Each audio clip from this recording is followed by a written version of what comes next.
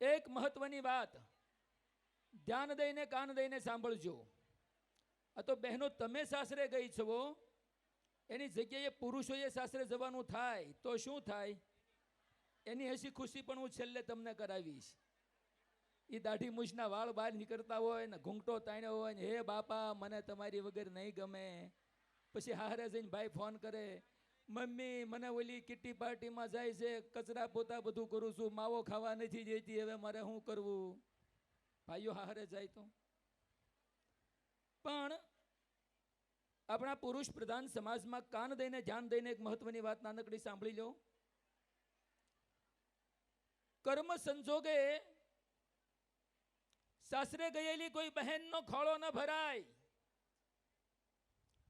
તો પરિવારમાં એક સ્ત્રી જ સ્ત્રીની દુશ્મન બને છે. ચાહે નણંદ હોય, દેરાણી હોય, જેઠાણી હોય કે સાસુ હોય.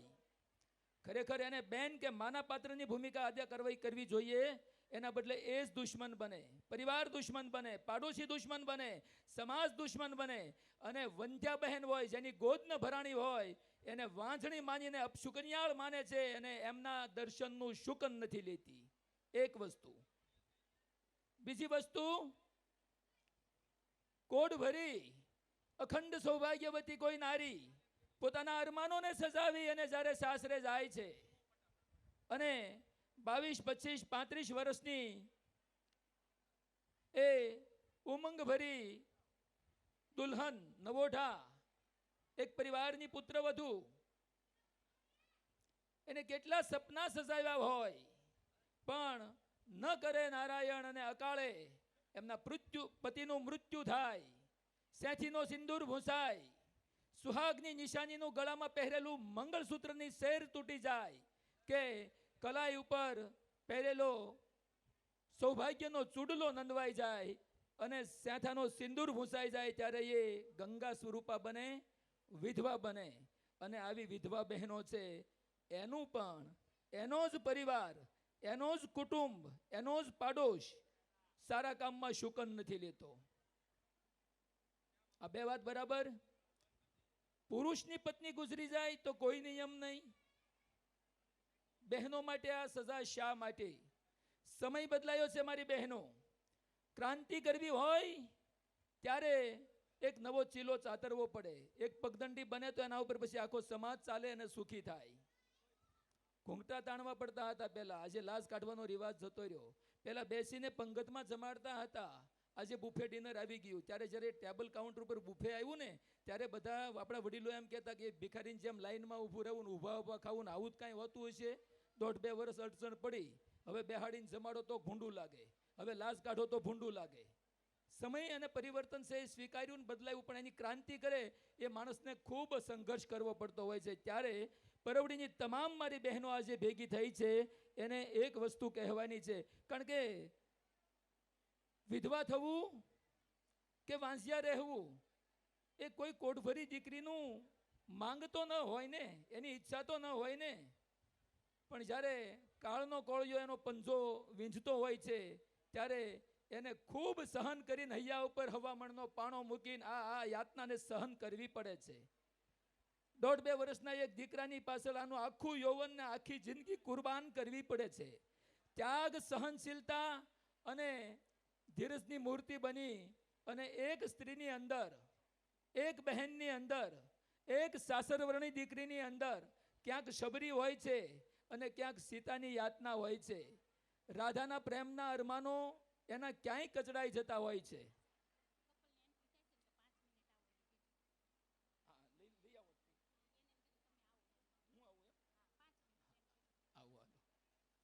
તો આજથી આપણે એક પ્રતિજ્ઞા લઈશું. બીજી પ્રતિજ્ઞા હું વચ્ચે લેવડાવીશ તમને, પછી હસાવા જ છે, અડધો કલાક ગંભીર રાખીશ. એ હેતુ છે આ સ્નેહ મિલનનો. આજથી મારી બહેનો ખૂબ પ્રેમથી, સમજાવટથી તમારા પરિવારમાં દેરિયા, જેઠિયા, સાસુ, સસરા, મોટા સાસુ, કાકીજી સાસુ જે કોઈ હોય એને હાથ જોડી પગે લાગી અને બે વસ્તુની માંગણી કરીને સમાજની અંદર પરિવર્તન લાવવાનું પરવડીની દીકરીઓના હાથે એક યશ બનવો જોઈએ.